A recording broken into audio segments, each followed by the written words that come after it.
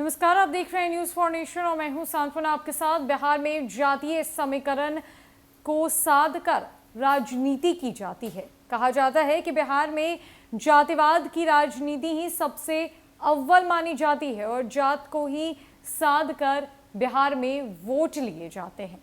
अब ऐसे में जातीय समीकरण जो है वो बिहार की राजनीति में बखूबी दिखता है, जहां पर एक तरफ बिहार की नई महागठबंधन की सरकार के अंतर्गत आरजेडी, जो कि बिहार की सबसे बड़ी पार्टी है और महागठबंधन में बड़े भाई की भूमिका में है, वो ए टू जेड पार्टी खुद को साबित करने की कोशिश में लगी हुई है। जहां पर तेजस्वी यादव के नेतृत्व में आरजेडी ने नहीं सिर्फ मुस्लिम और यादव वोट बैंक को साधने की कोशिश की है, बल्कि ए टू जेड की पार्टी बनाने की कोशिश की जा रही है। लेकिन वहीं दूसरी तरफ जदयू के राष्ट्रीय अध्यक्ष ललन सिंह कुर्सी की खिचड़ी जातीय समीकरण पर पकाने की कोशिश कर रहे हैं और यही वजह है कि भाजपा के द्वारा जो जातीय समीकरण को लेकर आरोप लगाए जाते रहे हैं, उसका फायदा वो बखूबी उठाना जानते हैं।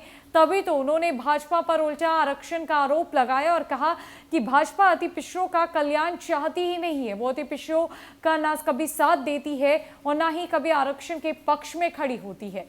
कितने सालों से यही देखा जाता रहा है कि भाजपा आरक्षण विरोधी पार्टी है और उन्होंने उस वक्त की एग्जाम्पल को सेट करने की कोशिश की जब कर्पूरी ठाकुर की सरकार बिहार में थी और उस सरकार को सिर्फ इसीलिए गिरा दिया गया क्योंकि वो सरकार अति पिछड़ों के कल्याण की बात कर रही थी, अति पिछड़ों के न्याय की बात कर रही थी और उसे जनसंघ ने बिहार में गिरा दिया था। दरअसल जदयू के राष्ट्रीय अध्यक्ष ललन सिंह एक बार फिर भाजपा के द्वारा आरक्षण खत्म कर देने के मुद्दे पर सियासत को वो गर्मी देना चाहते हैं जो महागठबंधन के लिए जीत का मार्ग प्रशस्त कर सके।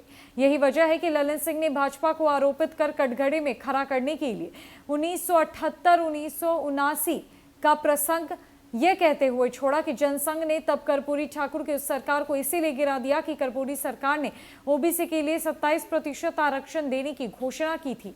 दरअसल ललन सिंह का यह वक्तव्य उसी फॉर्मूले का अनुकरण है जो वर्ष 2015 के विधानसभा चुनाव में लालू प्रसाद ने इस्तेमाल किया था।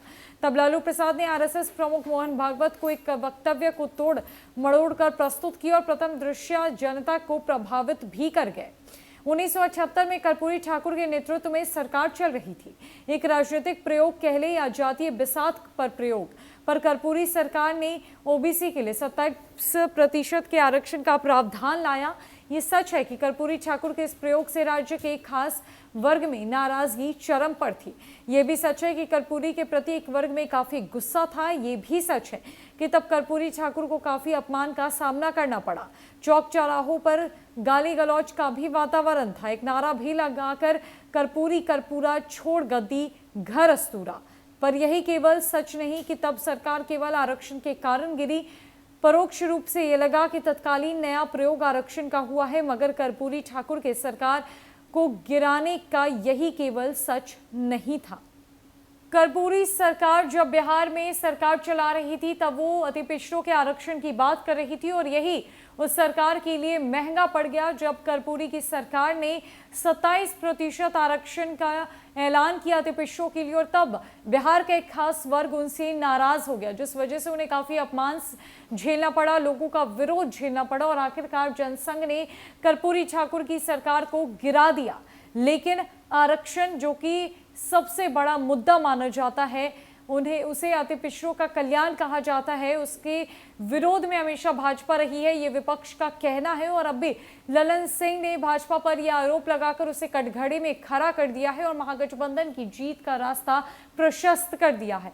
देखना यह है कि बिहार की इस कुर्सी के खेल में जीत आखिरकार किसकी होती है। क्या महागठबंधन की सरकार फर्राटा भर के चलती रहेगी या फिर इसे भी बीजेपी सेंध मारी कर तोड़ देगी। लेकिन ये कुर्सी की खिचड़ी ललन सिंह की तरफ से लगातार पकाई जा रही है, जहां पर बीजेपी को एक बड़ा नुकसान भी झेलना पड़ सकता है।